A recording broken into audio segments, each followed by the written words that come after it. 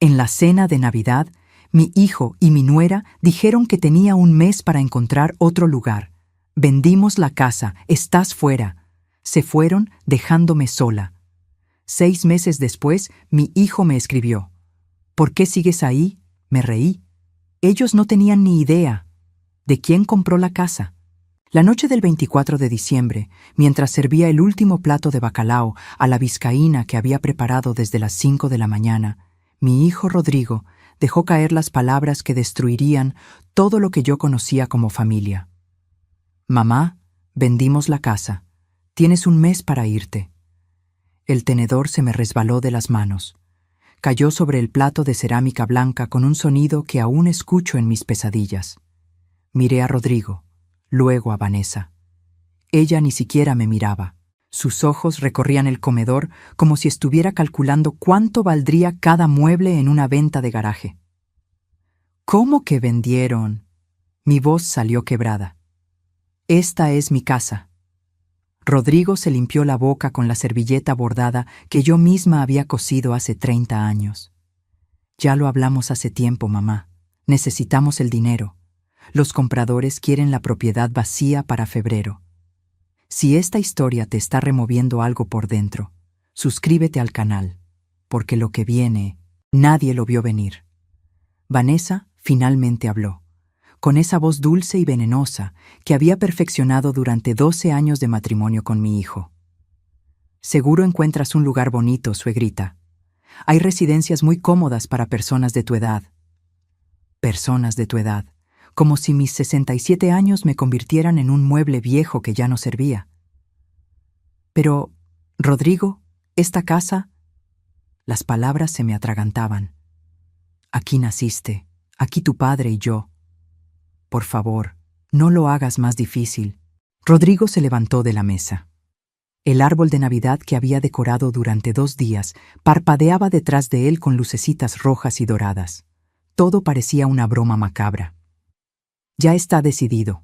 Firma de la escritura fue la semana pasada. Me quedé paralizada. ¿La semana pasada? Es solo un trámite legal, mamá. Vanessa también se puso de pie, arreglándose el suéter color vino que yo le había regalado el año anterior.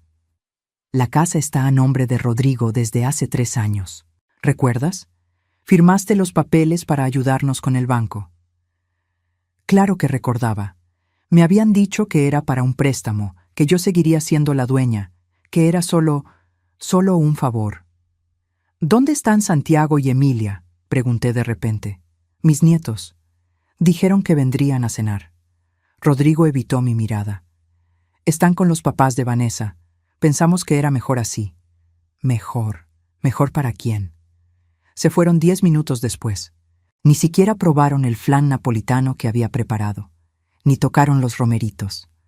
La puerta se cerró y me quedé sola, rodeada de platos llenos, villancicos sonando en la radio y el eco de una traición que todavía no lograba procesar. Caminé hacia mi habitación como sonámbula. En la cómoda de madera que Arturo, mi difunto esposo, había construido con sus propias manos, vi el sobre. Lo habían dejado ahí, sobre la colcha tejida a gancho que me llevó 6 meses terminar. Lo abrí con manos temblorosas. Gracias por entender, mamá. Es por nuestro futuro. Te queremos. Me senté en la cama y lloré hasta que no me quedaron lágrimas. Lloré por mi hijo. Lloré por la casa que construimos ladrillo por ladrillo. Lloré por la Navidad que acababa de morir frente a mis ojos. Pero lo que Rodrigo y Vanessa no sabían, lo que jamás imaginaron mientras brindaban en la casa de sus suegros esa noche, es que yo había comenzado a mover mis propias piezas 2 meses antes de esa cena. Porque una madre puede perdonar muchas cosas, pero nadie, absolutamente nadie, le quita el techo a una mujer que pasó 40 años construyéndolo sin que esa mujer responda. Y mi respuesta, ni ellos ni nadie la veían venir. Me desperté el 25 de diciembre con los ojos hinchados y un dolor en el pecho que ninguna pastilla podría curar. La casa estaba en silencio, un silencio que antes me reconfortaba y ahora me aplastaba. Caminé descalza hasta la cocina. Los platos de la cena seguían ahí, la comida fría, las velas a medio derretir. Comencé a limpiar porque era lo único que sabía hacer cuando el mundo se desmoronaba. Lavar platos, guardar comida, fingir que todo seguía en orden, pero mi mente estaba en otro lugar. Estaba recordando. Arturo y yo compramos este terreno en 1981. Yo tenía 23 años y estaba embarazada de Rodrigo. El terreno quedaba en las afueras de Puebla, en una colonia que apenas comenzaba a poblarse. No teníamos casi nada. Arturo trabajaba como ayudante de carpintero y yo vendía tamales en la esquina de la iglesia cada domingo. «Aquí levantaremos nuestro hogar, Amelia», me dijo mientras pisábamos el lodo de lo que algún día sería nuestro patio. Ladrillo por ladrillo. Y así fue. Durante 35 años construimos esta casa con nuestras manos. Arturo fabricaba los muebles. Yo cosía las cortinas. Pintábamos las paredes juntos los domingos. Cuando Rodrigo cumplió 5 años, agregamos el segundo piso. Cuando cumplió 15, renovamos la cocina completa, porque yo soñaba con tener una estufa de 6 hornillas. Esta casa no era solo una propiedad valuada en 3.500.000 pesos, como decía el avalúo que encontré escondido en el cajón de Rodrigo hace 2 meses. Esta casa era cada madrugada que Arturo salió a trabajar. Cada domingo que yo vendí 500 tamales para juntar para las varillas. Cada gota de sudor, cada peso ahorrado, cada sueño cumplido. Arturo murió hace 8 años de un infarto fulminante.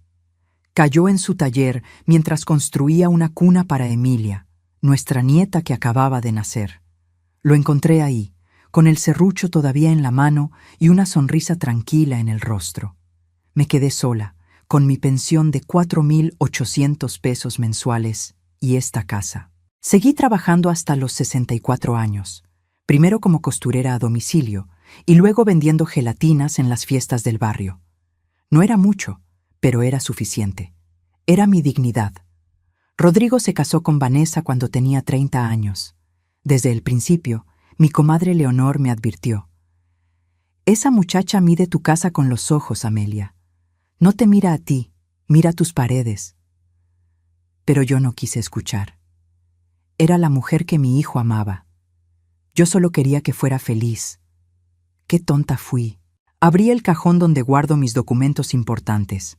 Ahí estaba, la escritura que firmé hace 3 años. Rodrigo había llegado llorando, con Vanessa a su lado. «Mamá, el banco nos niega el crédito para nuestra casa nueva. Dicen que tu propiedad afecta nuestro perfil crediticio. Si pones la casa a mi nombre, solo como trámite, podremos calificar. Tú seguirás viviendo aquí siempre, mamá. Es solo un papel». Lo creí. Firmé. Y con esa firma le entregué 40 años de mi vida. Pero esa mañana de Navidad, mientras guardaba los platos y limpiaba las lágrimas, tomé una decisión. Si iba a perder mi casa, no sería como una víctima indefensa. Sería bajo mis propios términos. Y ellos todavía no sabían con quién estaban jugando. 2 meses antes de esa Navidad maldita, algo cambió en mí. Fue un martes por la tarde. Estaba regando las plantas del patio cuando escuché voces que venían de la sala.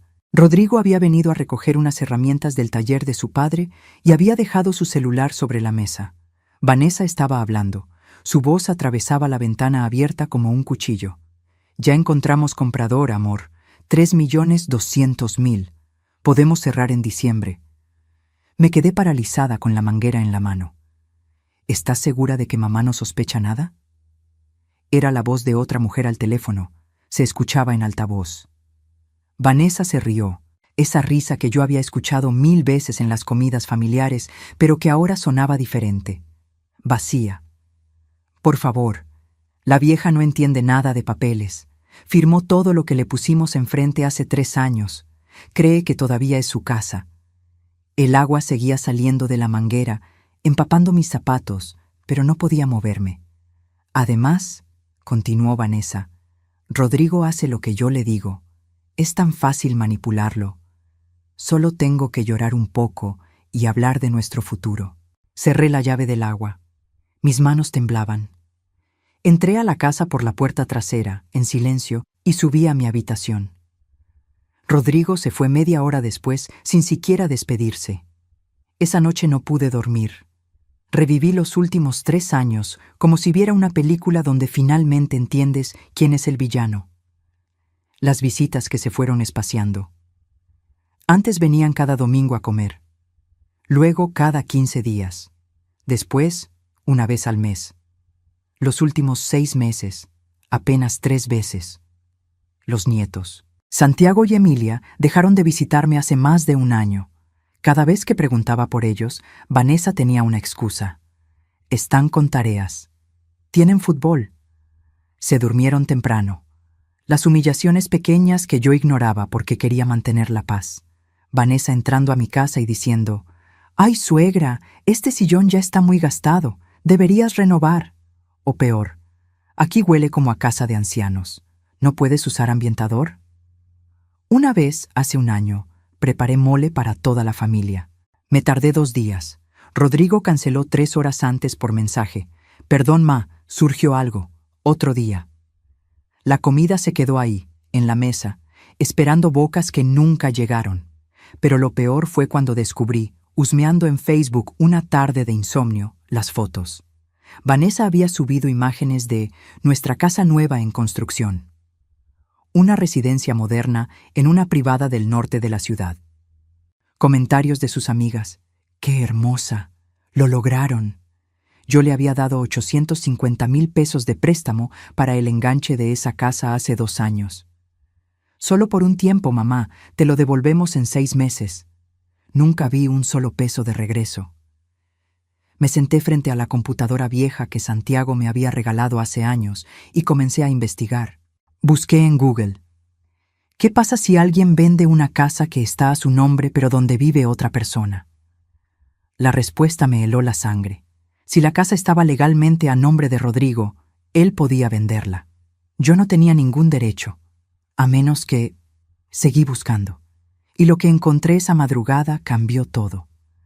Porque resulta que una madre traicionada puede convertirse en la mejor estratega cuando ya no le queda nada que perder. La mañana siguiente fui al registro público de la propiedad. Era un edificio gris en el centro de Puebla, lleno de gente cargando folders amarillos y caras de cansancio. Me sentí pequeña ahí, una viejita más entre tanta burocracia, pero no me iba a dar por vencida. «Buenos días», le dije a la señorita del mostrador. «Necesito consultar una escritura». Me pidió datos. Se los di todos. Esperé 2 horas en una silla de plástico verde mientras revisaban archivos. Cuando finalmente me entregaron los documentos, mis peores sospechas se confirmaron. La casa estaba a nombre de Rodrigo Méndez Ortega desde hacía exactamente 3 años y 2 meses. Transferencia de propiedad. Yo aparecía como donante. Como si regalar 40 años de mi vida fuera equivalente a dar limosna. Salí de ahí con las piernas temblorosas. Me senté en una banca del parque cercano y lloré entre las palomas. Una señora que vendía elotes se acercó. «¿Está bien, señora?» «Sí», mentí. «Solo estoy cansada». Pero no estaba cansada. Estaba furiosa. Y esa furia, por primera vez en mi vida, no la iba a tragar. Recordé algo que Arturo siempre decía mientras construía muebles. Para desarmar algo bien hecho, primero tienes que entender cómo fue armado. Él hablaba de carpintería. Yo lo apliqué a mi estrategia. Necesitaba ayuda legal. Fui al DIF, donde dan asesoría gratuita para adultos mayores. El abogado, un muchacho joven llamado Ernesto, revisó mis papeles. «Señora Amelia», me dijo con voz suave pero honesta, «legalmente usted no tiene ningún derecho sobre esa propiedad. La donación fue válida. Su hijo puede venderla cuando quiera». ¿Aunque yo viva ahí? Aunque usted viva ahí, él podría incluso iniciar un juicio de desalojo. Sentí que el mundo se me venía encima, pero Ernesto continuó. Sin embargo, si el comprador acepta un contrato de arrendamiento previo o si hay algún acuerdo legal antes de la venta que establezca su derecho de permanencia, ahí estaba, un resquicio, una posibilidad. Salí de esa oficina con un plan todavía borroso, pero con algo que había perdido: esperanza. Luego fui a ver a don Esteban, el notario que había sido amigo cercano de Arturo. Tenía 82 años, pero la mente más lúcida que he conocido. Le conté todo, cada detalle, cada traición. Don Esteban se quitó los lentes y me miró fijamente. Amelia, lo que tu hijo hizo es moralmente reprobable, pero legalmente válido. Sin embargo, una pausa larga. Si pudieras encontrar un comprador dispuesto a respetar tu permanencia, alguien de confianza que entienda la situación. ¿Cómo quién?, pregunté. No tengo dinero para comprar mi propia casa. ¿Y tu sobrino Leonardo? El que vive en Monterrey. Leonardo, el hijo de mi hermana fallecida. Lo crié como propio durante 5 años cuando ella murió. Él tenía 35 años ahora, era ingeniero en sistemas, ganaba bien. Siempre me llamaba en mi cumpleaños. Siempre preguntaba cómo estaba. ¿Crees que él? Llámalo, dijo don Esteban. Cuéntale la verdad. Y si acepta, yo puedo estructurar un contrato que proteja tu derecho a vivir ahí, legalmente, irrefutablemente. Esa noche marqué el número de Leonardo. Contestó al tercer tono. Tía Amelia, qué gusto escucharte. Y entonces, por primera vez, le conté a alguien toda la verdad.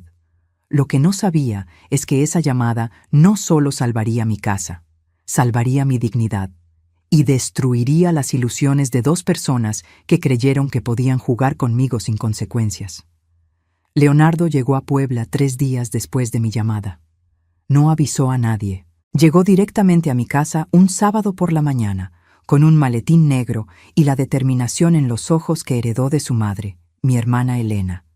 Tía, esto es indignante, fue lo primero que dijo después de abrazarme. Rodrigo fue como mi hermano. ¿Cómo pudo hacerte esto? Preparé café de olla. Nos sentamos en la cocina donde tantas veces lo había visto hacer la tarea de niño, y armamos el plan. Leonardo ganaría bien en Monterrey. Tenía ahorros.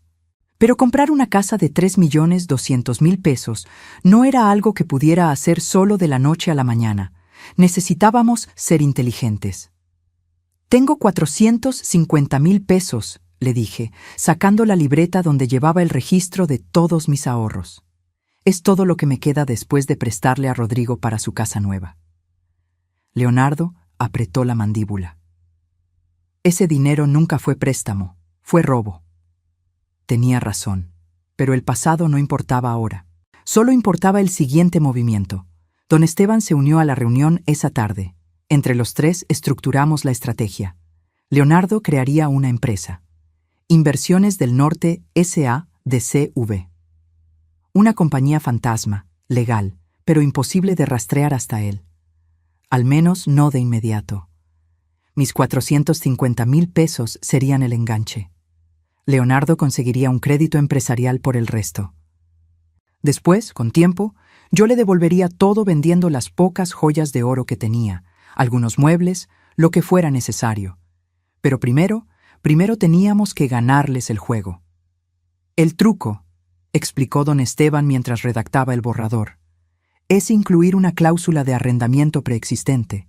El comprador acepta la propiedad con la arrendataria actual. Eso te da derecho legal de permanecer.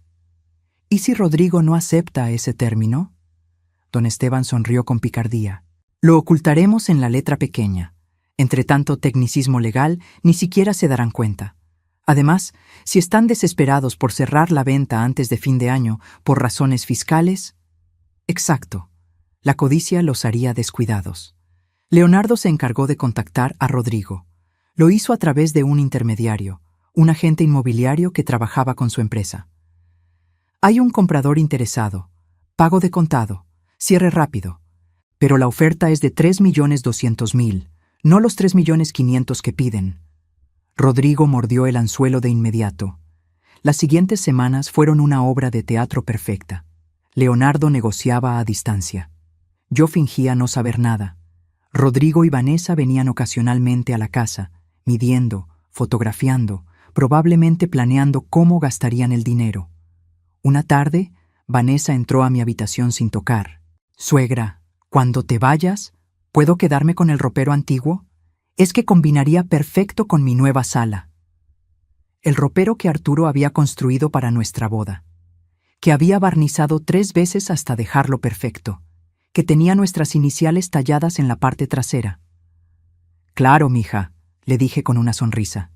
Llévate lo que quieras. Su cara de satisfacción me dio náuseas, pero aguanté. El 15 de diciembre firmaron la escritura en la notaría de don Esteban. Leonardo no estuvo presente, mandó un representante legal. Rodrigo y Vanessa firmaron cada página casi sin leer. Sus ojos brillaban. 3.200.000 pesos. Suficiente para terminar su casa nueva y todavía les sobraría para un auto. Don Esteban les extendió el cheque. Ellos lo tomaron como si fuera un boleto de lotería premiado. Por cierto, dijo don Esteban casualmente mientras guardaba los documentos, la cláusula 7.3 establece respeto al contrato de arrendamiento actual, trámite estándar. Rodrigo apenas asintió. Vanessa ya estaba calculando gastos en su celular. Salieron de ahí millonarios. Y yo me quedé en mi silla, viéndolos irse, sabiendo algo que ellos todavía no sabían, que acababan de venderme mi propia casa, y que el verdadero juego apenas comenzaba. Después de la cena de Navidad, después de que se fueron dejándome entre los platos sucios y las promesas rotas, caí en un pozo oscuro que no sabía que existía dentro de mí. 3 días estuve sin probar alimento, solo café negro y agua. Me la pasaba en la cama, abrazando la almohada de Arturo que todavía guardaba su olor después de 8 años. O tal vez era mi imaginación. Tal vez solo era mi desesperación tratando de aferrarse a algo. En el buró estaba el álbum de fotos. Lo abrí con manos temblorosas. Rodrigo a los 3 meses, envuelto en una cobija tejida que me regaló mi suegra. Rodrigo a los 5 años, con su uniforme nuevo del kinder, sonriéndome como si yo fuera su heroína. Rodrigo a los 15, graduándose de secundaria con mención honorífica. Yo a su lado, orgullosa, con mi vestido de flores que había comprado especialmente para esa ocasión. Rodrigo a los 25, el día de su boda, abrazándome y diciéndome al oído: «Gracias por todo, ma. Eres la mejor madre del mundo». ¿En qué momento perdí a ese niño? ¿En qué momento se convirtió en el hombre que me quitó el techo? Lloré hasta quedarme dormida. Soñé con Arturo. Estaba en su taller, lijando un trozo de madera, silbando una canción de José José. Volteó a verme y sonrió. «No llores, mi Amelia, todavía te quedan batallas por ganar». Desperté sobresaltada. Eran las 3 de la mañana. La casa crujía con esos sonidos nocturnos que conocía de memoria. Pero esta vez no me reconfortaron. Me aterraron. Bajé a la cocina. Los platos seguían sin lavar. La comida podrida llenaba el ambiente de un olor agrio. Todo se estaba desmoronando. Yo incluida. Me senté en el piso de la cocina y por primera vez en años verdaderamente consideré rendirme. Llamar a Rodrigo. Decirle que buscaría un lugar, que se salieran con la suya, que aceptaría mi derrota. En eso sonó el timbre. Eran las 3:30 de la madrugada. ¿Quién podía ser? Abrí con miedo. Era Leonor, mi comadre de toda la vida. Traía puesto su camisón debajo del abrigo y pantuflas. Su cara mostraba preocupación. «Comadre, vi tu luz prendida a esta hora, y hace 3 días que no sales. ¿Qué está pasando?» Le conté todo. Entre sollozos, le dije lo de la casa, lo de Rodrigo, lo de Vanessa. Le mostré los papeles, las fotos, el álbum. Le confesé que estaba pensando en rendirme. Leonor me agarró de los hombros con una fuerza que no sabía que tenía. «¡Levántate! ¡Levántate ahora mismo!» Su voz era fuego. «Esa gente te robó tu casa, pero ¿tú les vas a entregar tu dignidad también? No, Amelia, no. Ya no puedo, Leonor. Estoy cansada». «¿Cansada? Tu marido trabajó 40 años para construir estas paredes. Tú vendiste tamales bajo el sol durante 30 años para poner cada ladrillo. ¿Y ahora te vas a rendir porque tu hijo resultó ser un malagradecido?» Sus palabras me atravesaron como agujas. «Rodrigo perdió a su madre el día que decidió traicionarte, pero tú no has perdido tu dignidad. Todavía no». Leonor me obligó a ponerme de pie. Esos documentos que firmaste con Leonardo, ese plan que armaste. ¿Para qué fue todo eso si ahora te vas a echar a morir? Tenía razón, por supuesto que tenía razón. Me lavé la cara. Leonor me preparó té de manzanilla. Juntas limpiamos la cocina en silencio. Tiramos la comida echada a perder. Lavamos cada plato. Barrimos, trapeamos. Cuando el sol comenzó a salir, mi casa volvía a estar en orden. Y yo también. Gracias, comadre, le dije abrazándola. No me agradezcas, demuéstramelo. Gana esta batalla. Y así lo haría, porque esa madrugada dejé de ser la madre que perdona todo. Me convertí en la mujer que Arturo sabía que yo podía ser, la que no se deja, la que pelea hasta el final. Enero llegó con frío y con la primera llamada de Rodrigo. «Mamá, ¿ya encontraste lugar?» Su voz sonaba impaciente. Ya no quedaba rastro del hijo que conocí. «Sigo buscando, hijo. Dame más tiempo». Colgó sin despedirse. Empecé a empacar, lentamente, caja por caja. No porque me fuera a ir, sino porque necesitaba revisar cada rincón de esta casa, buscar evidencias, municiones para la batalla que vendría. En el closet del cuarto de visitas encontré una caja de cartón olvidada. Adentro había ropa vieja, libros de Rodrigo cuando era niño y algo que me llamó la atención. Un folder rosa con papeles. Lo abrí. Eran cartas, escritas a mano, la letra de Vanessa. Las había dejado olvidadas hace 2 años, cuando vinieron a quedarse una semana mientras remodelaban su departamento. Vanessa era descuidada. Siempre dejaba cosas tiradas. Comencé a leer, y con cada palabra algo dentro de mí se cristalizaba en hielo puro. Querida Sofía, te juro que esta vieja no se muere nunca. Ya tiene 65 años. ¿Cuánto más va a vivir? Necesitamos esa casa ya. Rodrigo es tan ingenuo, hace todo lo que le digo. Lo convencí de que pusiera la casa a su nombre. Ahora solo falta esperar el momento perfecto para vender. Su madre es tan tonta que ni siquiera entiende que ya no es su propiedad. Tuve que sentarme. El mundo giraba. Otra carta, fechada 6 meses después. Ya encontramos comprador. Un inversionista del norte. Ofrecen 3.2 millones. Rodrigo quiere esperar, dice que se siente mal por su mamá, pero yo lo convenceré, siempre lo hago. Solo necesito llorar un poco y hablar de nuestros hijos, de su futuro. Él cede siempre. Había más, mucho más, fotografías que no había visto. En una, Vanessa aparecía abrazada de un hombre que no era Rodrigo, besándose en un restaurante. Al reverso, con letra descuidada: Diego, mi amor, pronto seremos libres. Diego. Busqué en sus redes sociales usando la computadora. No fue difícil encontrarlo. Diego Fuentes, arquitecto, socio de una agencia de bienes raíces, casado, con 2 hijos. Vanessa no solo me estaba robando mi casa, le estaba siendo infiel a mi hijo con un hombre que seguramente la ayudaba a vender propiedades.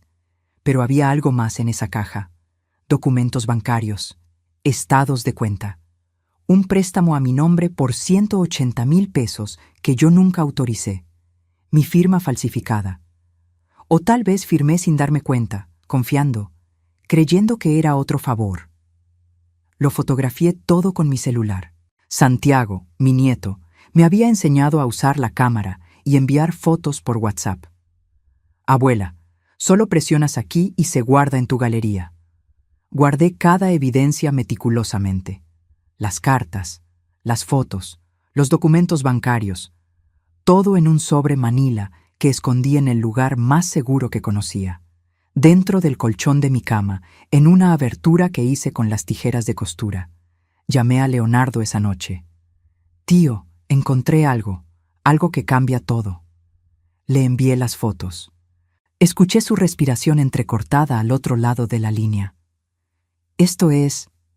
Tía, esto es suficiente para demandar por fraude, por falsificación.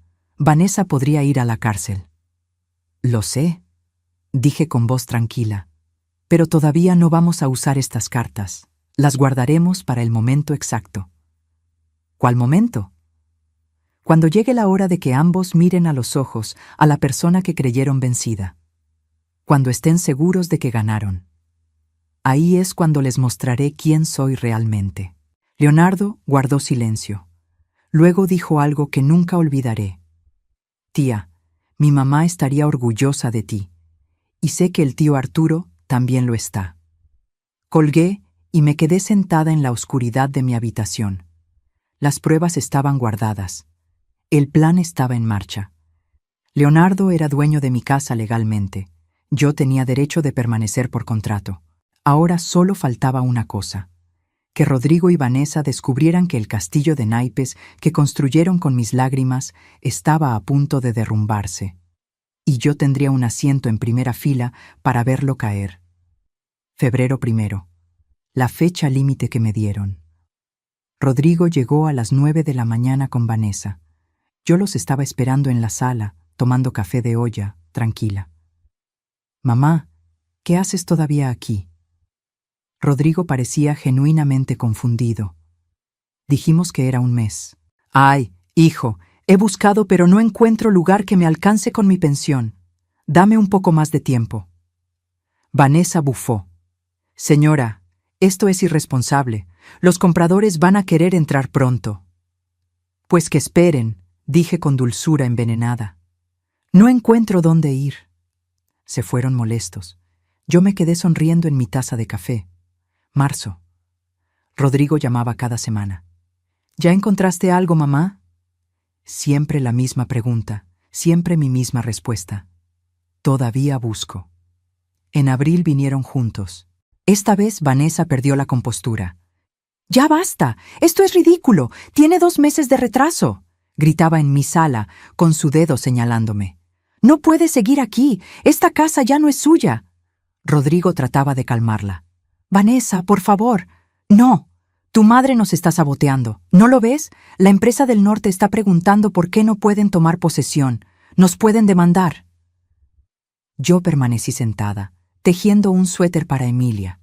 Ni siquiera levanté la vista. «Pueden demandar lo que quieran. Yo todavía no encuentro dónde irme». Vanessa estaba roja de furia.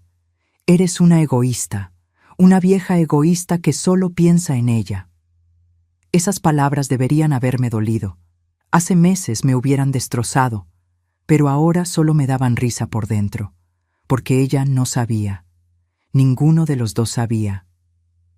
«Mija», dije finalmente, levantando la vista de mi tejido, «esta es mi casa.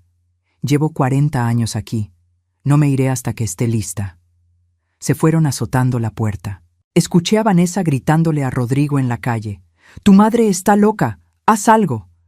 Mayo llegó con calor y con la desesperación de ellos creciendo como hierba mala. Rodrigo vino solo un martes por la tarde. Se veía demacrado, ojeras, había perdido peso. «Mamá, por favor», casi suplicaba. «Los del norte están presionando. Dicen que si no entregas la casa pronto, nos demandarán por incumplimiento. Podríamos perder el dinero». Ah, ahí estaba, el miedo. «¿Y dónde quieres que vaya, Rodrigo?» Mi voz era acero envuelto en terciopelo. «¿A la calle? ¿A un asilo? ¿Eso quieres para tu madre?» «No, pero, mamá, ya pasaron 4 meses. Algo tenías que haber encontrado». «Pues no encontré. Y si los compradores tienen problema, que vengan a hablar conmigo». Rodrigo se pasó las manos por el cabello. «No puedes hacer esto. Legalmente». «¿Legalmente qué, hijo?» Lo miré directo a los ojos. «¿Me vas a sacar a la fuerza? ¿Vas a traer policías para desalojar a tu madre? Hazlo. Quiero ver si tienes estómago para tanto». Se fue sin decir nada más, pero vi algo en sus ojos, tal vez un atisbo de culpa, tal vez solo era mi imaginación. Los días pasaban y yo mantenía mi rutina. Regaba las plantas, limpiaba la casa, cocinaba para mí. Leonor venía a visitarme cada tarde y nos reíamos de la situación. «Comadre, los tienes vueltos locos», decía entre risas. «Esa es la idea». Leonardo me llamaba cada semana. «Tía, ¿estás segura de seguir con esto? Puedo presionarlos desde mi lado como comprador». «Todavía no. Deja que se desesperen más. Cuando estén al borde del colapso, ahí apareces tú». Era un juego de ajedrez, y yo había aprendido que la paciencia era mi mejor arma. Una tarde de finales de mayo, vi a Vanessa parada frente a mi casa. Estaba sola. Solo miraba las paredes. La vi sacar su celular y tomar fotos. Luego se fue. Esa noche no pude dormir pensando en su cara. Había desesperación. Pero también había algo más. Cálculo. Ella estaba planeando algo. 2 días después, el 20 de mayo, Rodrigo mandó un mensaje por WhatsApp. «Mamá, los compradores están muy molestos. Por favor, necesito que te vayas esta semana». No respondí. Pasaron 3 días. El 24 de junio, exactamente 6 meses después de esa Navidad maldita, llegó el mensaje que estaba esperando. «¿Por qué sigues ahí? La empresa nos está presionando. Mamá, nos vas a meter en problemas. ¡Ya basta!». Y yo, sentada en la sala de mi casa, me reí, porque ellos no tenían idea de quién había comprado la propiedad, ni lo que estaba por venir. El mensaje de Rodrigo llegó a las 10 de la mañana. Lo leí 3 veces. Cada palabra destilaba desesperación. «Mamá, necesito que vengas a nuestra casa mañana. Tenemos que hablar en serio. Esto ya no puede seguir así. Los compradores están furiosos». Media hora después, Vanessa también escribió. Primera vez que me contactaba directamente en meses. «Señora Amelia, esto ya es ridículo. Nos puede meter en problemas legales serios. Por favor, tenga consideración». Consideración. Qué palabra tan interesante viniendo de la mujer que planeó robarme todo. Tomé mi celular y llamé a Leonardo. «Tío, llegó el momento. Ven a Puebla mañana, a las 4 de la tarde. Trae a don Esteban contigo». «¿Estás lista, tía?». Me miré en el espejo del recibidor. Vi a una mujer de 67 años con canas que ya no teñía, arrugas que contaban historias, ojos que habían llorado ríos, pero que ahora brillaban con determinación. «Más que lista», le respondí a Rodrigo. «No voy a ir a tu casa. Si quieres hablar, ven a la casa mañana a las 4 de la tarde. Los espero». Hubo un silencio largo. Luego, «Ok». Esa noche no pude dormir. No por miedo, por anticipación. Abrí mi closet y saqué mi blusa bordada color marfil, la que Arturo me había regalado en nuestro aniversario número 30. Me la probé. Todavía me quedaba perfecta. Preparé café. Limpié la casa hasta que brilló. Puse flores frescas en la mesa del comedor. Saqué las tazas de porcelana con flores naranjas que solo usábamos en ocasiones especiales. Esta lo era. Leonor llegó a las 2 de la tarde. «Comadre, ¿necesitas que me quede?». «No, pero gracias. Esto lo tengo que hacer sola». Me abrazó fuerte. «Tu Arturo te está cuidando desde arriba y está orgulloso». Leonardo y don Esteban llegaron a las 3:30. Traían un portafolio negro lleno de documentos. Los hice pasar. Les serví café. Revisamos cada detalle del plan una última vez. «¿Estás segura de querer hacerlo así, Amelia?», preguntó don Esteban. «Va a doler, para todos». «Lo sé, pero es necesario». A las 4 en punto sonó el timbre. Respiré hondo. Abrí la puerta. Rodrigo y Vanessa estaban ahí. Él con traje, como si viniera de la oficina. Ella con un vestido rojo ajustado y tacones, como si esto fuera una reunión de negocios cualquiera. «¡Mamá!». Rodrigo se detuvo al ver a Leonardo y don Esteban sentados en la sala. «¿Qué es esto?». «Pasen», dije con voz firme. «Es hora de que tengamos una conversación pendiente». Vanessa miró a Leonardo con sospecha. «¿Quién es usted?». Leonardo se puso de pie, extendió la mano. «Leonardo Ortega, ingeniero, vivo en Monterrey». Rodrigo palideció. «¿Leo? ¿Mi primo Leo? ¿Qué haces aquí?». «Soy el representante legal de inversiones del Norte S.A.D.C.B». Hizo una pausa deliberada. «La empresa que compró esta casa». El silencio que siguió fue tan denso que podría cortarse con cuchillo. Vi cómo la información procesaba en sus cerebros. Vi el momento exacto en que entendieron. Vanessa fue la primera en reaccionar. «¿Qué? No, eso es imposible». «Muy posible», dijo don Esteban abriendo el portafolio. «Aquí están las escrituras. Todo completamente legal. firmadas por ustedes el 15 de diciembre del año pasado. Rodrigo tomó los documentos con manos temblorosas. Leía y releía. Pero, nosotros vendimos a una empresa del norte, un inversionista desconocido. ¿A tu primo? Leonardo terminó la frase. Técnicamente vendieron a mi empresa, que yo dirijo, con capital que en parte provino de tu madre. Vanessa se dejó caer en el sillón. Su cara pasó del rojo al blanco en segundos. Rodrigo me miró. Mamá, ¿qué hiciste?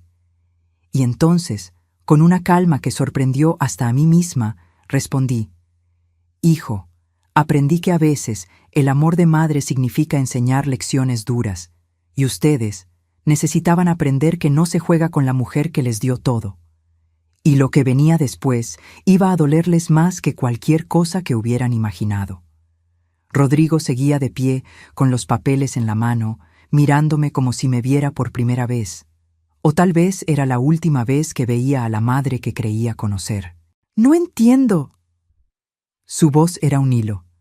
«Siéntate, hijo. Esto va a tomar un rato». Vanessa se recompuso rápido.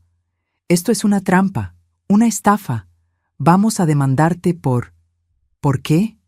Leonardo la interrumpió con frialdad. ¿Por comprar una propiedad legalmente? ¿Por pagar el precio que ustedes pidieron? ¿Por firmar un contrato que ustedes aceptaron sin leer? Don Esteban abrió el folder y sacó los documentos. Cláusula 7.3. El comprador acepta la propiedad con arrendataria actual y respeta el contrato de arrendamiento preexistente por tiempo indefinido, hasta que la arrendataria decida voluntariamente rescindir dicho contrato. Rodrigo leyó la cláusula. 1 vez, 2 veces, 3. Pero esto significa que tu madre puede vivir aquí el resto de su vida si así lo desea, completó don Esteban. Y legalmente nadie puede sacarla, ni ustedes, ni Leonardo, ni nadie. Vanessa se puso de pie de un salto. Esto es fraude, manipulación, nos engañaron. ¿Como ustedes me engañaron a mí? Finalmente dejé salir las palabras que había guardado durante meses. Mi voz era tranquila, pero cada palabra era un cuchillo. Como me engañaron para que firmara la donación de mi casa, como me prometieron que siempre viviría aquí, como tomaron mis 850,000 pesos prestados y nunca me los devolvieron. Rodrigo abrió la boca, pero no salió ningún sonido. Me levanté y saqué el sobre manila que había escondido. Lo puse sobre la mesa de centro. Lo abrí lentamente. Dejaste esto olvidado hace 2 años, Vanessa. Saqué las cartas. Cartas a tu amiga Sofía, donde explicas detalladamente cómo manipulaste a mi hijo para quedarse con mi casa. Le extendí una. Ella no la tomó. La leí en voz alta. Esta vieja no se muere nunca. Necesitamos esa casa ya. Rodrigo hace todo lo que le digo. Mi voz se quebró un segundo, solo un segundo. Luego continué. Su madre es tan tonta que ni siquiera entiende que ya no es su propiedad. Rodrigo volteó a ver a Vanessa. ¿Qué es esto? Ella negó con la cabeza. Yo no... Eso es sacado de contexto. Saqué más papeles. Aquí está el préstamo por 180,000 pesos. A mi nombre, con mi firma, que yo nunca autoricé conscientemente. Mamá, eso fue para ayudarnos con... ¿Con qué, Rodrigo? ¿Con su casa nueva? ¿La que construyeron mientras yo comía frijoles para estirar mi pensión? Las lágrimas comenzaban a picar, pero las contuve. Trabajé hasta los 64 años para mantener esta casa. Tu padre murió construyendo una cuna para tu hija. Y ustedes decidieron que todo eso no valía nada. Saqué las fotografías. Vanessa palideció. Eran las fotos con Diego. ¿Quién es él, Vanessa?, preguntó Rodrigo tomando una foto. Nadie, yo... Diego Fuentes, arquitecto, socio de bienes raíces. Solté cada palabra como piedra. Tu amante desde hace más de 1 año, casado, con 2 hijos. Rodrigo dejó caer las fotos como si quemaran. Miró a Vanessa. Ella lloraba ahora, pero no de tristeza, de rabia, de verse descubierta. Rodrigo, yo puedo explicar. Él no significa nada. Fue un error. Rodrigo levantó una mano. Su cara era una máscara de dolor. Cállate, Leonardo intervino. Tenemos dos opciones aquí. Opción 1. Presentamos cargos por fraude de identidad, falsificación de documentos y apropiación indebida. Vanessa podría enfrentar entre 3 a 8 años de prisión. Vanessa sollozó más fuerte. Opción 2, continué yo. Aceptan mis términos. ¿Qué términos? Rodrigo apenas podía hablar. Don Esteban sacó otro documento. Ustedes recuperarán la propiedad, pero bajo estas condiciones. 1. Devolverán los 180,000 pesos del préstamo fraudulento en 12 pagos mensuales. 2. Pagarán a Leonardo 3,500,000 pesos por la propiedad, 300,000 más de lo que pagaron. «¡Eso es imposible!», chilló Vanessa. «No tenemos ese dinero. Tendrán que conseguirlo. Vendan su casa nueva, pidan un préstamo. No me importa». Mi voz era hielo. 3. Yo viviré en esta casa 3 años más, sin pagar renta, sin que nadie me moleste. 4. Santiago y Emilia me visitarán cada domingo, sin falta. Rodrigo tenía lágrimas en los ojos. «Mamá, no me digas mamá». Las palabras salieron más duras de lo que pretendía. «Esa señora murió en Navidad. La que está frente a ti es la mujer que aprendió a defenderse». Leonardo añadió: «Si no aceptan estos términos en las próximas 24 horas, procederemos legalmente. Y créanme, con las pruebas que tenemos, Vanessa irá a prisión. Y Rodrigo, como cómplice, tendrá problemas también». El silencio era sepulcral. Vanessa rompió primero. «Esto es una pesadilla. Suegra, por favor, todo fue un malentendido. Yo la quiero. No queríamos hacerle daño». La miré directamente. «Sí querían, y lo hicieron. Ahora vivirán con las consecuencias». Rodrigo firmó, con lágrimas cayendo sobre el papel. Firmó cada documento.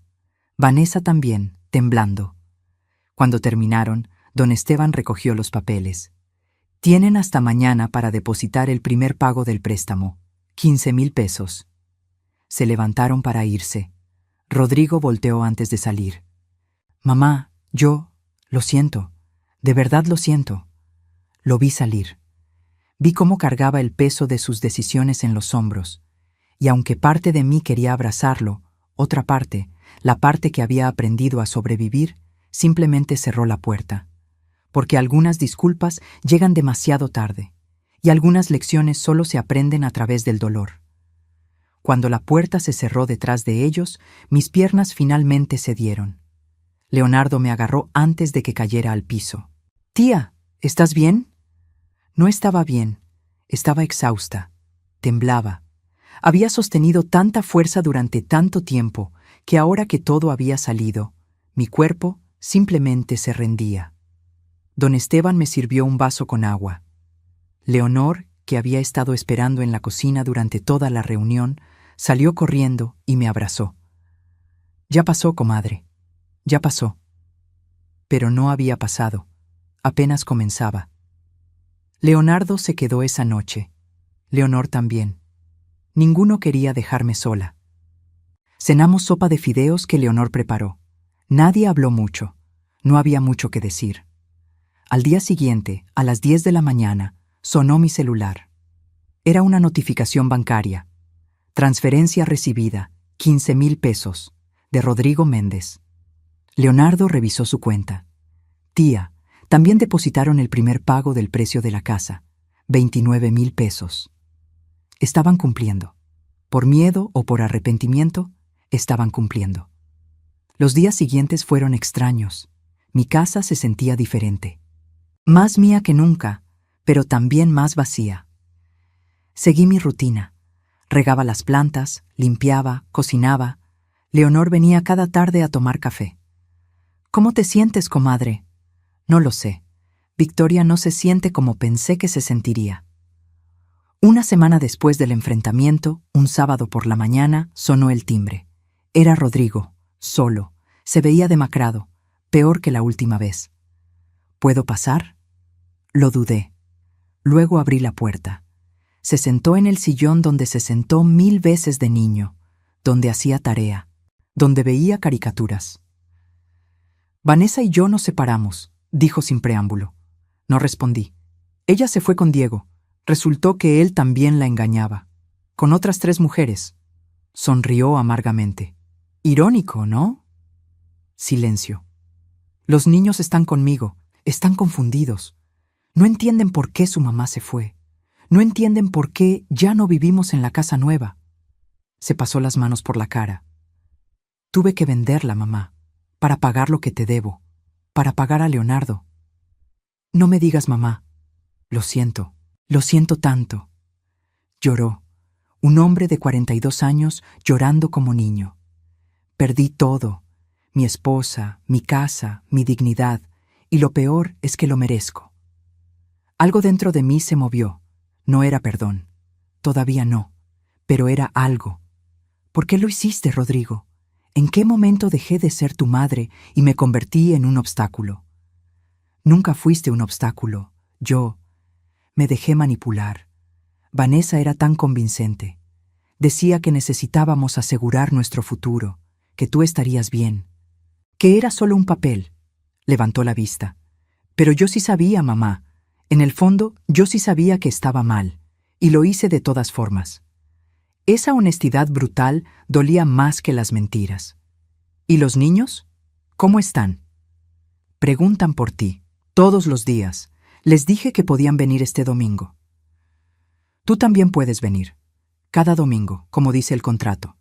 ¿De verdad? No era perdón.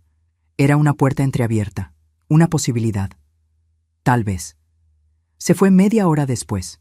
Yo me quedé en la sala, mirando las paredes que tanto había peleado por conservar. Arturo tenía un dicho: la venganza es un plato que se sirve frío, pero el perdón es un camino que se recorre despacio. Yo estaba en algún punto intermedio. Había ganado mi casa, había recuperado mi dignidad, pero el costo había sido alto.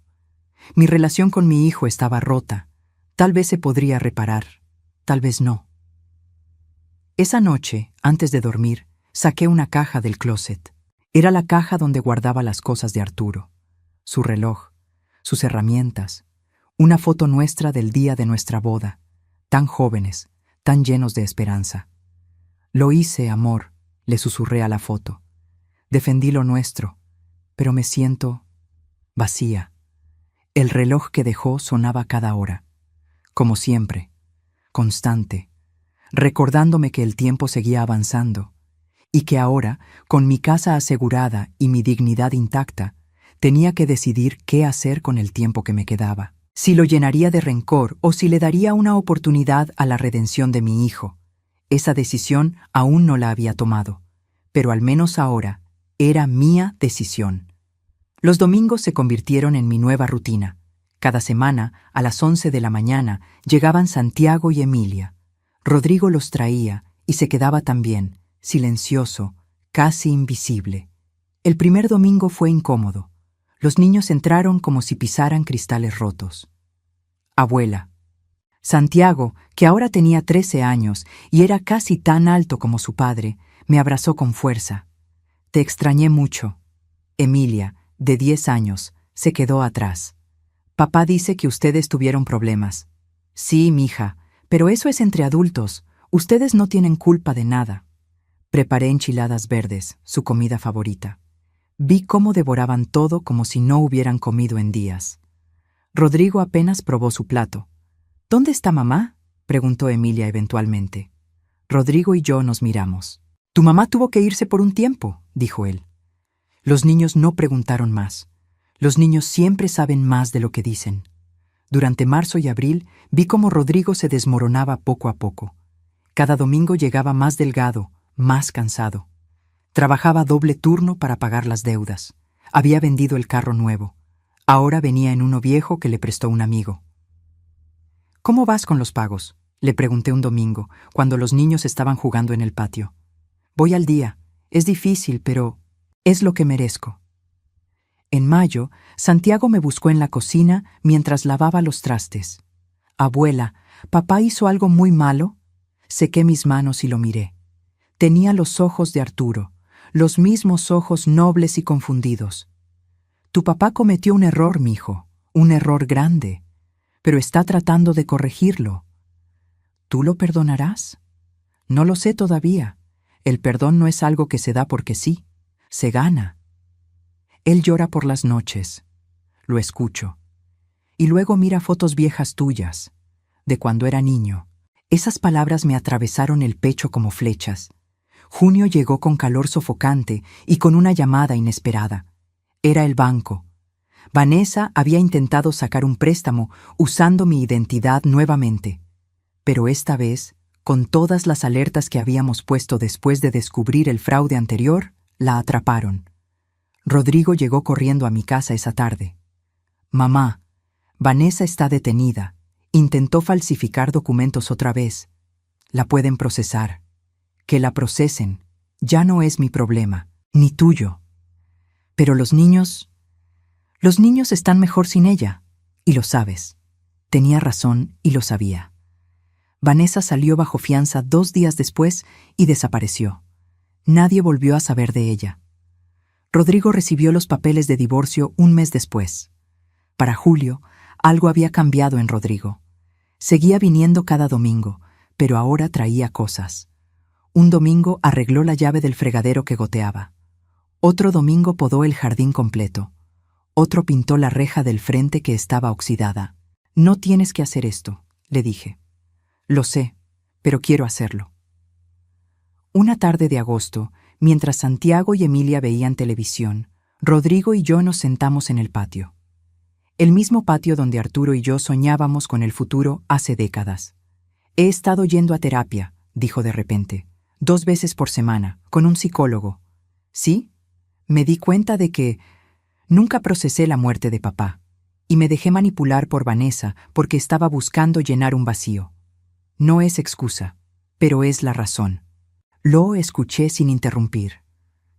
También me di cuenta de que te tomé por sentado toda mi vida. Asumí que siempre estarías ahí sin importar cómo te tratara. Asumí que tu amor era infinito e inquebrantable. Se limpió una lágrima. Y cuando casi te pierdo por mi propia culpa, entendí que hasta el amor de madre tiene límites. Y que yo crucé todos. Sí, los cruzaste.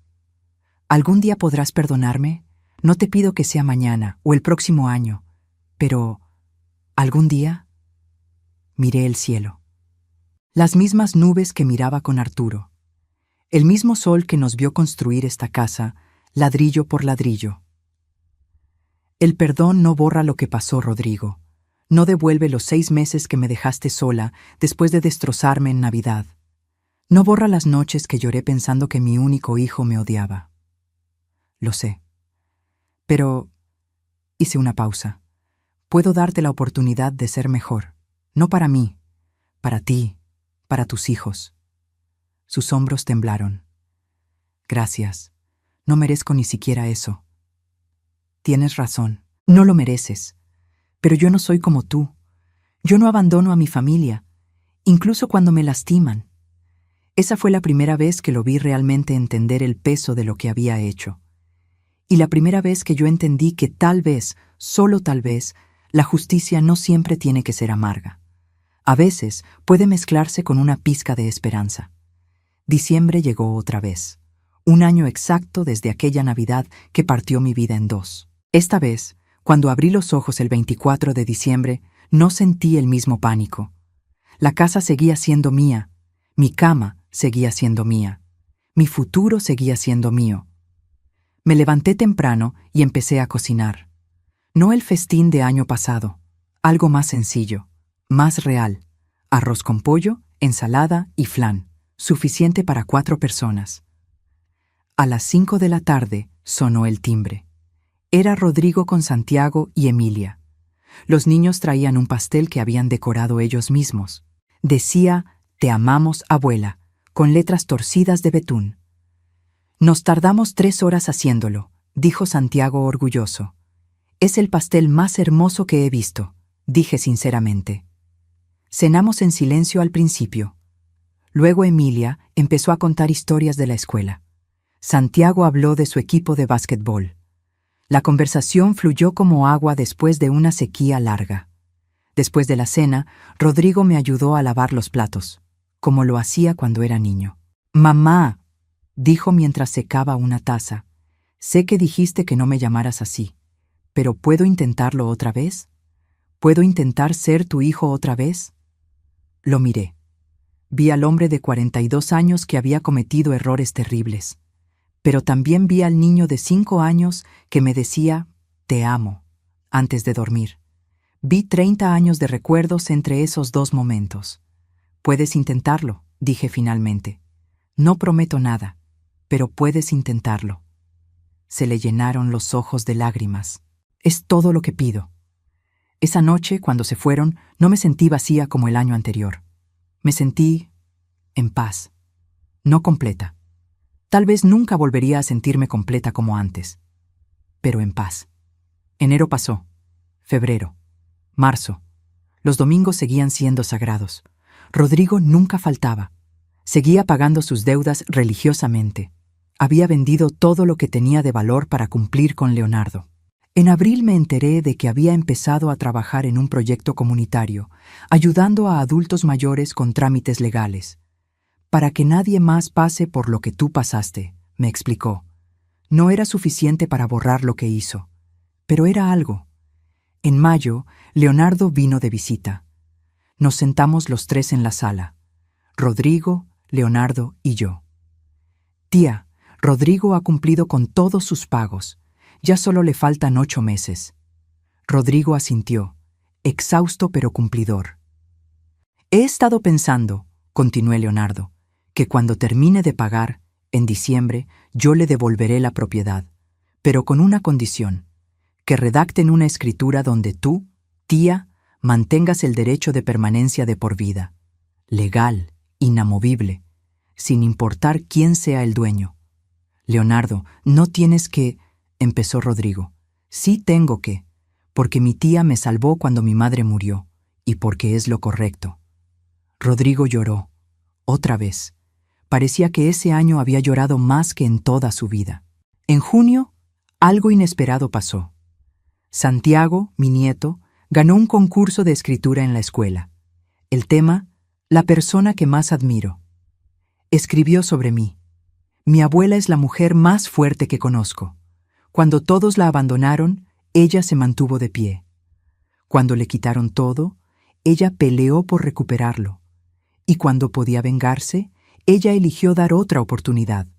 Por eso la admiro, porque la fuerza real no está en nunca caer. Está en levantarse cada vez que caes». Lloré leyendo ese texto. Lloré como no había llorado en meses. Los niños pasaban más tiempo conmigo ahora. Les enseñé a cocinar. Santiago aprendió a hacer tamales. Emilia aprendió a bordar. Les conté historias de su abuelo Arturo. Les enseñé lo que significa construir algo con las manos. Una tarde de julio, mientras regaba las plantas, Rodrigo llegó temprano. Traía algo en las manos. «¿Qué es eso?» «Documentos. De un abogado». Me dio miedo. «¿Qué documentos?»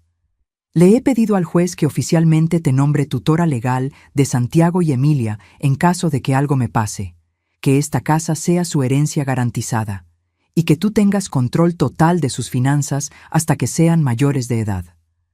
Rodrigo: «Vanessa ya firmó la revocación de custodia. Ni siquiera peleó.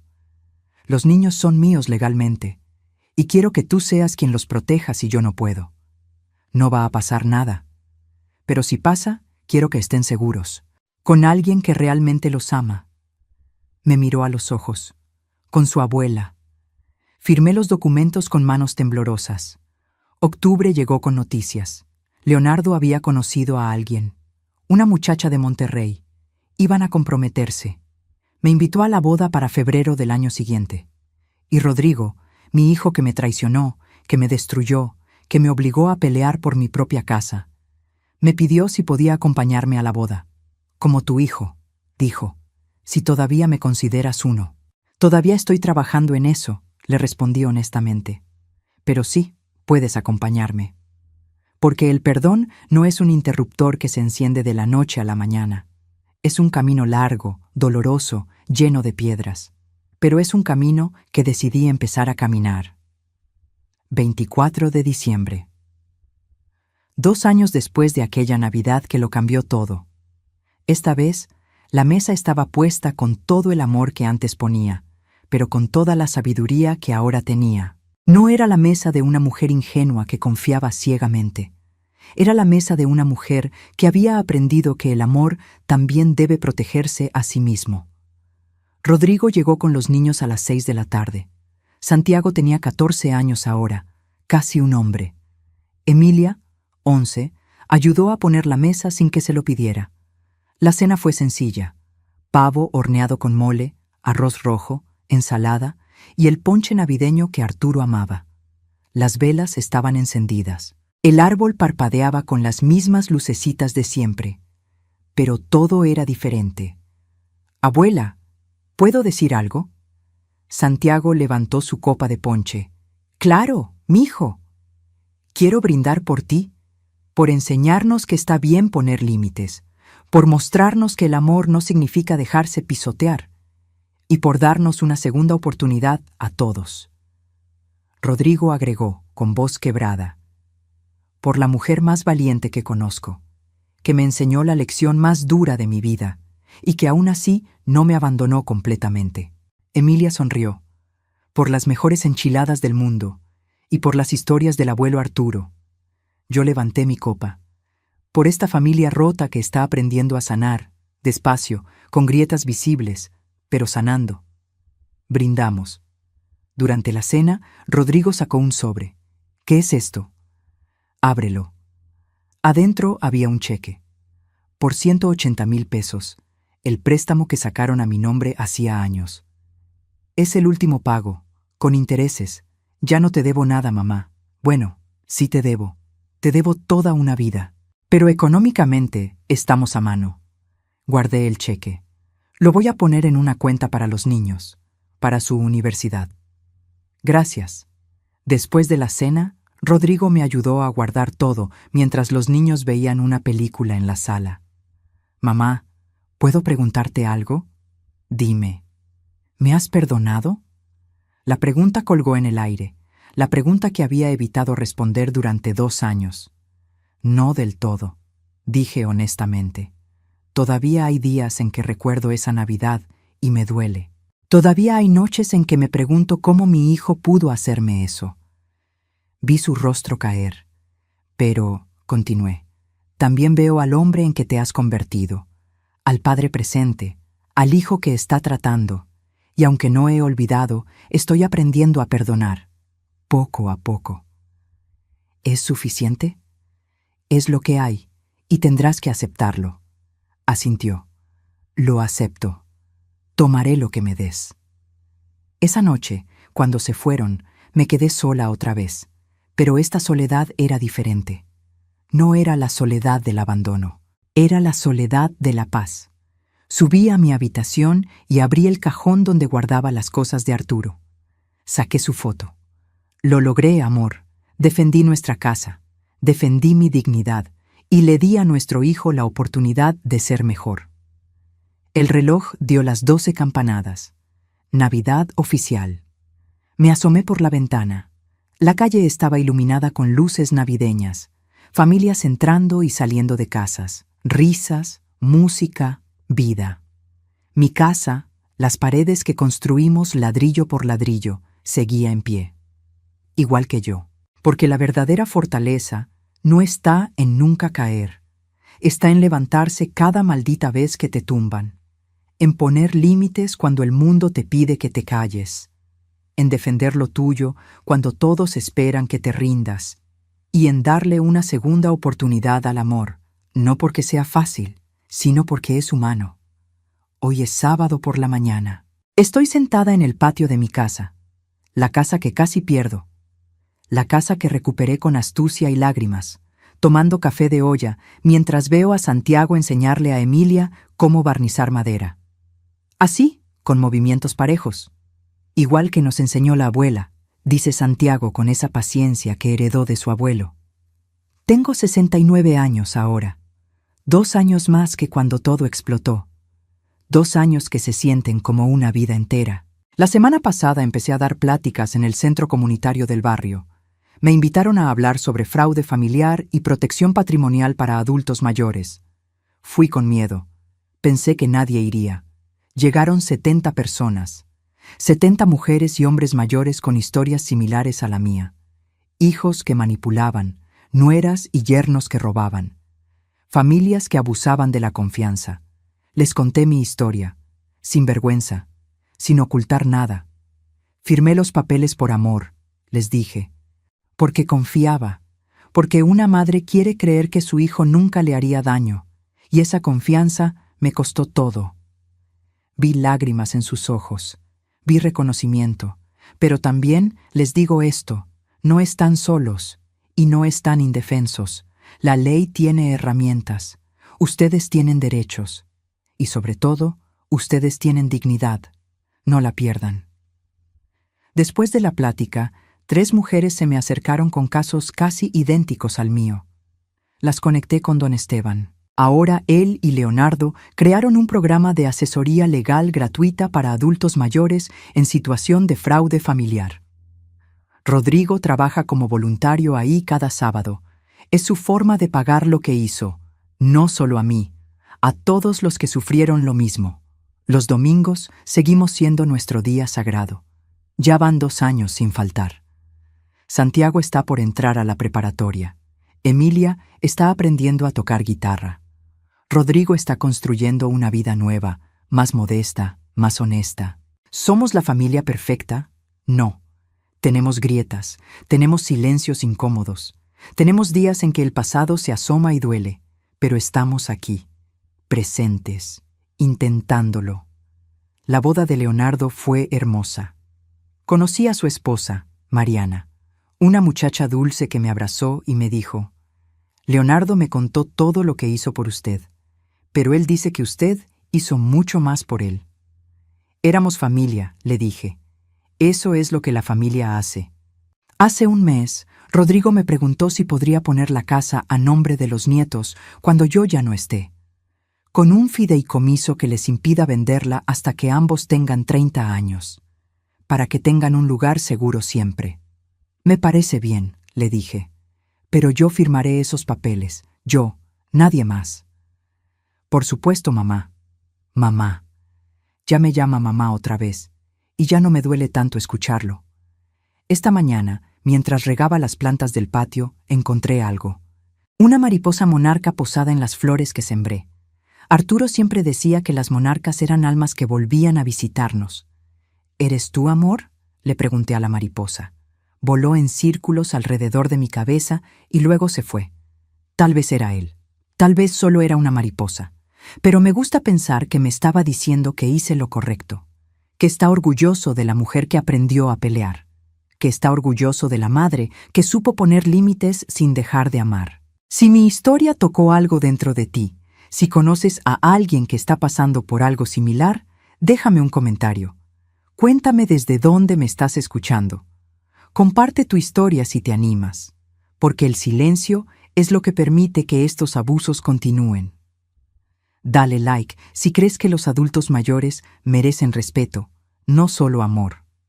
Suscríbete si quieres seguir escuchando historias de vida real como esta. Y recuerda esto: la verdadera riqueza no está en las casas que posees, sino en la dignidad que no permites que te quiten. El amor de madre no significa ser pisoteada, significa enseñar, incluso cuando duele. Y a veces, la mejor lección que puedes dar a tus hijos es mostrarles que hay consecuencias para sus acciones.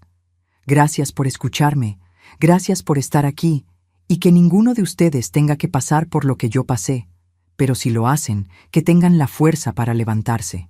Porque ustedes también la tienen, solo a veces necesitan que alguien se los recuerde.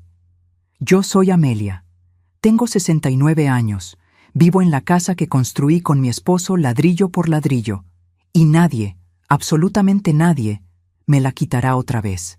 Hasta la próxima historia. Fin.